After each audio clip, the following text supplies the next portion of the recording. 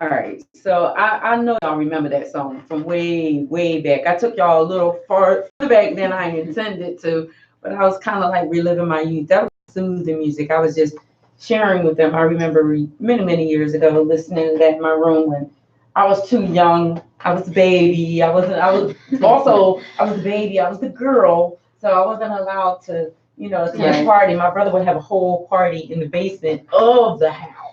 I couldn't even come downstairs. Music, right? Right. You know what I mean? I couldn't even come downstairs. If I even touched the top step, it creaked. My dad was like, "Everybody in your room." So that song just brings back a lot of memories. And I'm just gonna say a lot of memories of what I wasn't able to do. But I think about now everything that I can do, and I still pull back like, I don't need to go to that party. I don't need to be, at that club, and get my focus right. So we are back. This is the Deeva Show. We are on Sador Radio, and we are talking to Eli and Lou, the twins that are filmmakers in this industry, and they are making, I'm not going to say making a mark. They have made marks all over the industry, achieving phenomenal things along their journey. And we just got finished talking about Sound Mind Cinematic Mixtape that's going to be with multiple genres of art. It's going to be debuted in March 2020. They're going to have two debuts. So they're going to, of course, post that information. So make sure that you stay tuned to their pages because they do have pages. They have Lou, twin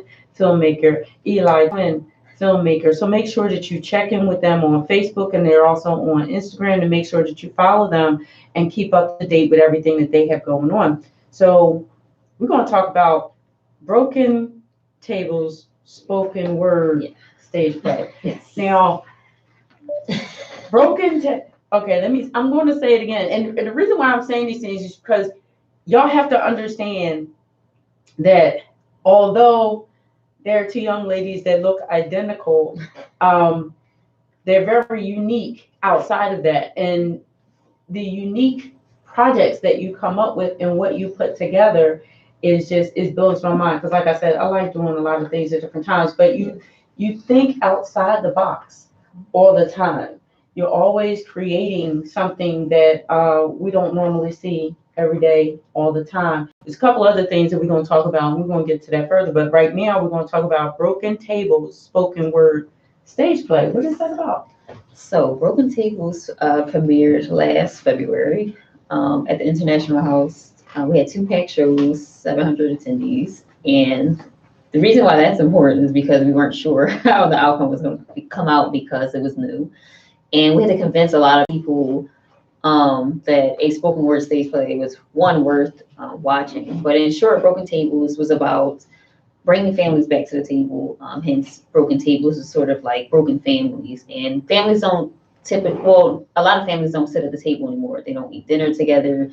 And the table is also, it sort of signifies or the togetherness or conversations at a table that don't happen anymore. So there's a lot of secrets, lies, things that aren't being said, and trauma that happens in families. And we wanted to bring it all to the table in Broken Table. So we had 5 poets, Eli and myself included, and the entire play is in spoken word. So we have dialogue where I could talk to Eli or the other cast members in this all spoken word. So we're rhyming the entire time, and there's some music involved. There's, wordplay. It was really a fun experience, and each poet wrote their own piece.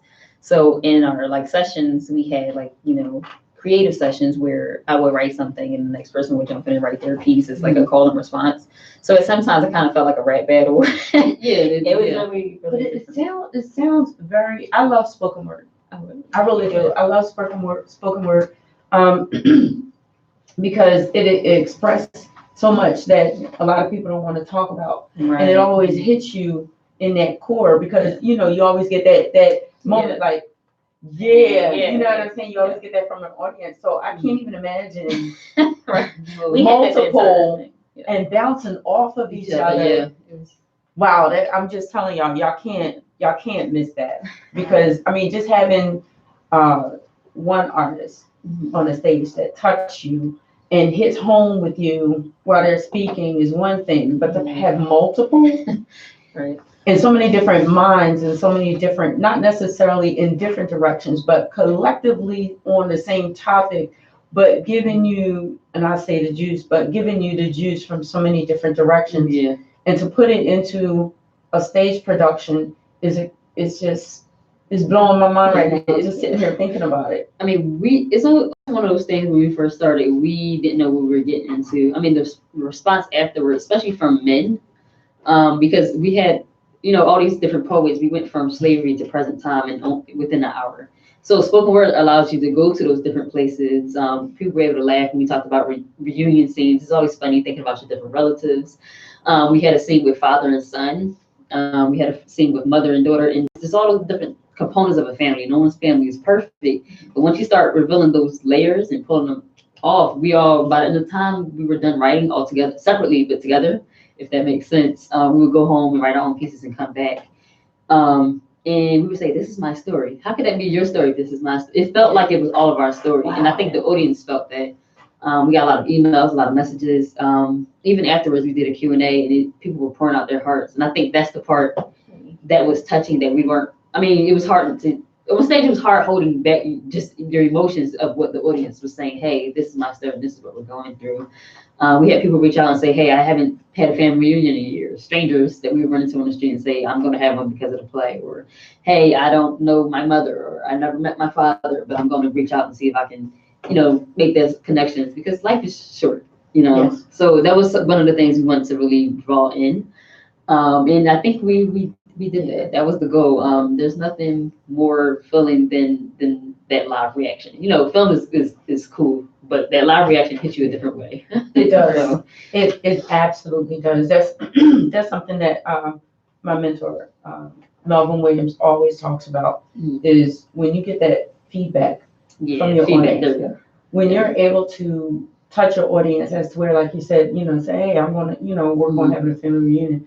When you're able to touch your audience to the point where they pull away something from what you put on stage and they can internalize it and take something back and do something with it, that's what makes you feel good. Yeah. Not so much that somebody said, "Oh, you did a great job." Right. You know what I mean? Right. Sure. We enjoyed that. Yeah. We enjoy when people say those things, and we truly do appreciate it. But when you have someone that comes to you and tells you how it impacted them to make change, right, or how it changed their lives, it just does something to you, and it actually pushes you to continue to create something, right, that people can pull something, exactly, and pull something away from, opposed to just entertaining people. Yeah. It's a big difference. So I applaud y'all for that. I'm just saying, we're working on it. We're working on a show in LA.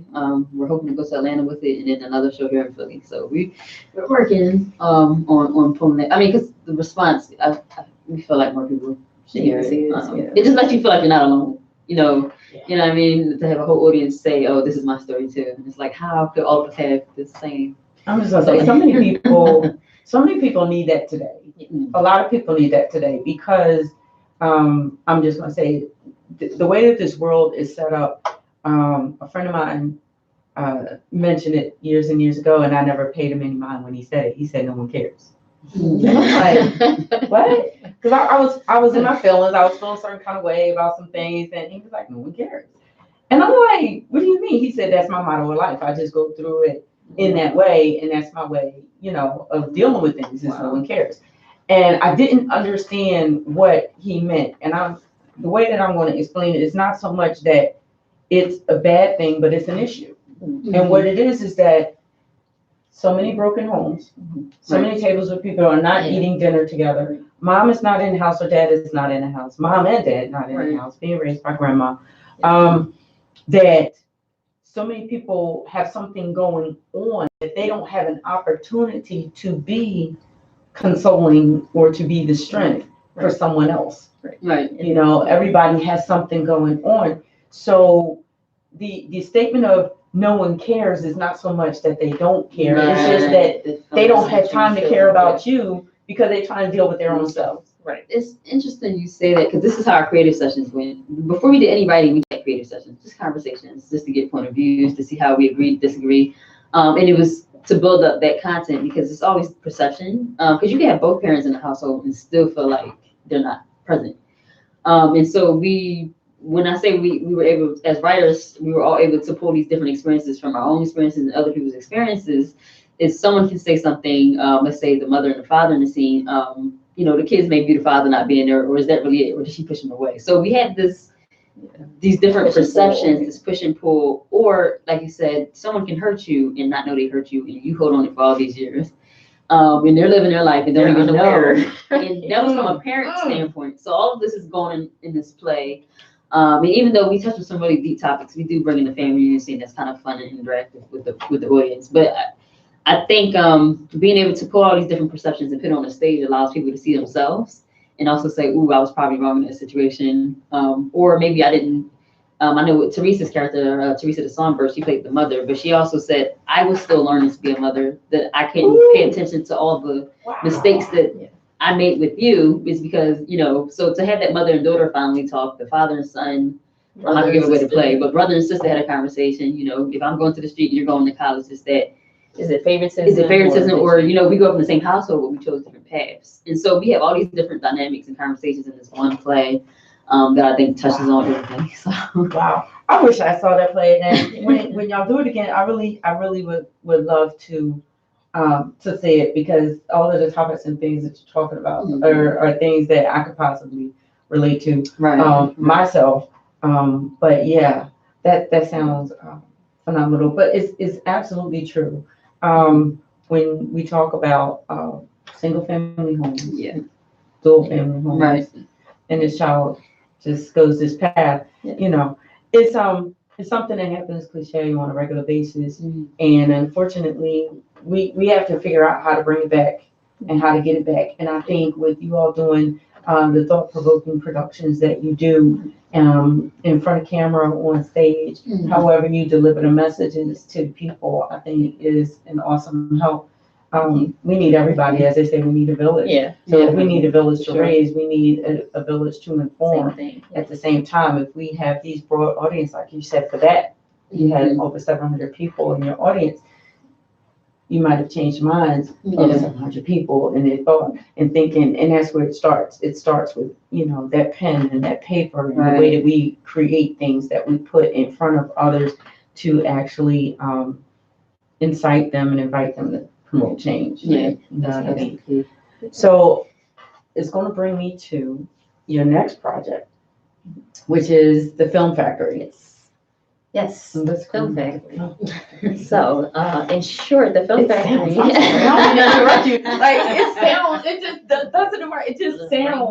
It sounds good because when you think of factory, it's like film, and it's like almost like a big melting pot of so much. So I'm sorry, I didn't mean to interrupt you. But that's exactly it. It's like a hub for filmmakers. But we spell it film like PH, so like Philadelphia Film Factory. So this a new initiative that we recently started, and it focuses on the independent film community in the tri-state area, where we want to bring everyone together from below the line and above the line, talent and crew. So a lot of times you see events or competitions is solely for one, you need a film team to do it, or it's focused on a director, producer, actors, but you don't think about the special effects person or the sound or gaffer. Like there's 200 roles on a Hollywood film set. So we're like, how do we get all these people together? Makeup artists, graphic designers, you need to do your design, your poster design. So we're trying musicians, original music, because we all need each other. When you look at the credits, it's only the actors are only like a quarter of the credits, and it's a whole long line that's going on right now. And when you're independent, like in the independent room, you're constantly like, okay, I can write, but I don't have a cinematographer, or I'm a cinematographer, but I don't know how to get to a director. So trying to build that community together. So the Film Factory has a bunch of events, different events. So we have one December 7th, this Saturday, which is the Film Factory Lounge. It's where you come together. We showcase a few short films of local filmmakers. We have food, games, interactive games, so like audience games, film related. So that's film related. We have Actors open mic. actors open mic. So essentially, it's like you bring all the filmmakers out, they're showcasing their work. So if I'm an actor in the audience, I go, oh, I like that filmmaker's work. I'm going to connect with them and see, you know, if they have any other projects. Or on the flip side, if you're an actor and you perform in the actors open mic, hey, I have a film coming up. That actor that just performed is somebody. I think it's almost like a market where we're all together. After working, you know, on Salmon for 2 years, we realized there was a gap between like cinematographers are all over here, directors are over here. We're grouped separately, and so just trying to bridge that gap with the Film Factory being the platform, we just provide the platform and trying to get all the filmmakers, directors, writers out there. We'll have the Film Factory Lounge. We'll have Film Factory workshops, like screenwriting workshops, cinematography workshops, pop-up lounges. We're also thinking to host an event by itself. That's an actors open mic, but then we have to get actors to understand what an actors open mic is, where you perform a monologue or like a 2-person scene. So we're trying to cultivate like a new, I guess, community here in Philly. Because sometimes it seems separate, you know, you're like, it's so, it can be really like secretive, and people are like, oh, I have this camera, but I'm not gonna let this person know. Even culturally, it's separate. People, honestly, I run into people that would say it seems like it's a secret society that you can't seem to break the core of how to get involved in different things and how to connect with other people. And a lot of directors and producers and writers are not as standoffish as people would think. They're really not. You know what I mean? I mean, for instance, you two ladies meeting you for the first time, I really enjoy your spirit. You know what I mean? It was a very open and inviting spirit. And, you know, some people would think, oh, they've done so much, they're not going to talk to me. You know what I mean? So having something like this will give an opportunity to bridge that gap. Like you're trying to bridge that gap. We need a lot of that in Philly, because I'm just saying that whole crap. I mean, when we started, it was a huge secret what camera you were using, who your actors were. I mean, it was like, oh, okay, I didn't know it was that type of industry where we don't talk at all. Where it's this huge. I think it's, you know, everyone's protective of their work, sure. But as far as figuring out a recipe that works to, instead of us all stepping on each other to get to the next level, one of the things that our team does, like everyone on our team either has their own company or business, or they had their own creative ideas, projects. And so it kind of worked for us and our team. So we kind of support each other. Like if you're a photographer, a filmmaker, or if I do websites and you do photography or writing, we all kind of blend all of our talents, and that we've been moving all of our companies together, which has been nice to see over the past, awesome. Year. It's like if you have an event, all of us are there. I do shirts, you're doing this. It's almost that give and take, because I think people network the wrong way. Always thinking what you can get, but also think about what you can get from the other person. That way, it's always moving. It's hard. I'm just gonna say it's very hard to find a group that can actually come together. Right.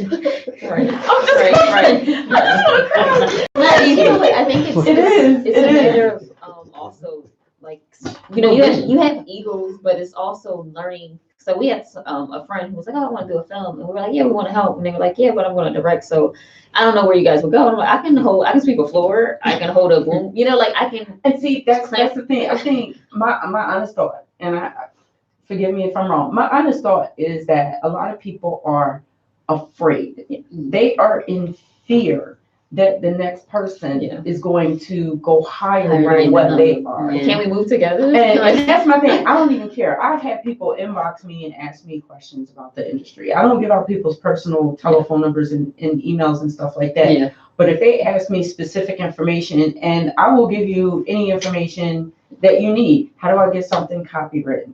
Or, you know, how do I begin? I have a story. How do I begin? How do I structure? And I tell them, just like when you were in school, you got to outline, you know, you need to begin in the middle and an end. But I don't care. I will text it to you. I will sit down and I will talk it out with you. I will, you know, connect you with any entity that you need, you know, legally. And that's what we're trying to do with the Film Factory. And Kathy Dance is the director of that. But that's the type of information and platforms we're trying to provide, like even down to selling a script. You know, how do you sell a script? What things to look for in a contract before you sign that document? That's you know, and bringing in industry professionals to say, this is what I went through, do's and don'ts, you know, to experience. And so the Film Factory, we also have workshops coming up in January where we are bringing in industry professionals to talk about their experiences in film, things that they learned along the way. These people have been in the industry for 15, 20 plus years, 30 years, some of them 50.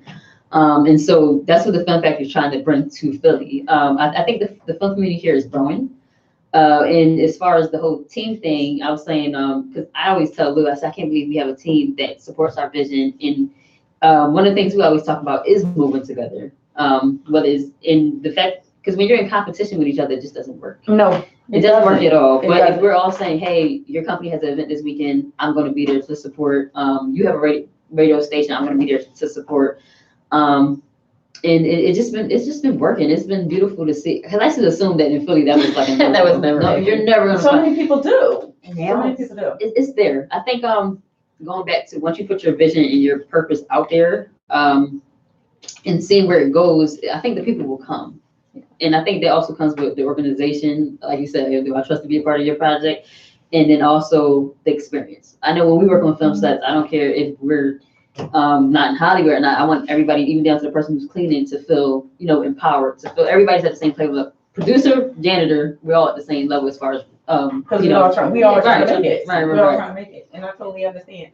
I'm going to say one of the things that I have experienced, unfortunately, is that when sometimes people misunderstand your help. When you do try to help, you do try to enlighten. They misunderstand it, and not everybody that shares information or try to help or try to reach out is how can I say want something particularly in return. And that can be an issue also, because when you try to help people, sometimes they feel like that you're going to ask them for something in return, or you're looking for them to do something for you or something like that. So sometimes kindness can be taken the wrong way too. And like you said, in Philadelphia, it has been known as that lock location where, people have moved out of Philadelphia to go to Atlanta, to LA, different places, because they didn't feel as though they can grow in Philadelphia. So I'm just going to say to our audience, this is an opportunity for you all on December the 7th, and that's this Saturday. This Saturday, you'll have an opportunity to go to the Film Factory to meet with a lot of filmmakers in the industry from A to Z, get some information, sit down, interact. Don't just go for the information. A lot of people just go to network. But one of the things that you have to understand is you're noticed when you interact with the people that are part of the organization. That's how, you make yourself known. Don't just go and just, as my pastor say, don't come and just suck up the resources. Come and be a part of the process, be a part of the Film Factory that's going down, and that is December the 7th. And where is it going to be located and what time? Yes, Studio 2E, and that's 27 East Tioga Street. 2700 East Tioga Street at Studio 2E. Okay, and it's local. Yeah. It's local. It's not like it's in Center City, so y'all can't complain about parking. It's not in Northeast, so y'all don't have to complain about driving. So, it's right in the center, it's right in the core on Saturday. What time it start? 6:30. All right. So I'm just letting you all know that it's the holiday hangout. It's going to be at the Film Factory, 27th in Tioga. 2700 East Tioga. 2700 East Tioga at 6:30 p.m. Make sure that you are in the house with Eli Lou, Twin Entertainment. They're doing phenomenal things in the city of Philadelphia. They're going to be doing the Film Factory, and that's going to be on Saturday. So hopefully you're able to come out, check it out. For those of you that are streaming with us, this is Deeva. This is the Deeva Show. We are on Sador Radio, and I'm on every Thursday from 12 noon until 2 p.m. Again, I want to thank you all for your commitment, for your consistency. If you are streaming with YouTube, I'm just going to ask that you give us a pause for the calls. We're going to let some music play for those that are streaming on the radio, and then we're going to come back again live with Eli Lou, Twin Entertainment. Again, this is Deeva Gordon with DEU on the Deeva Show. We're going to see you on the other side.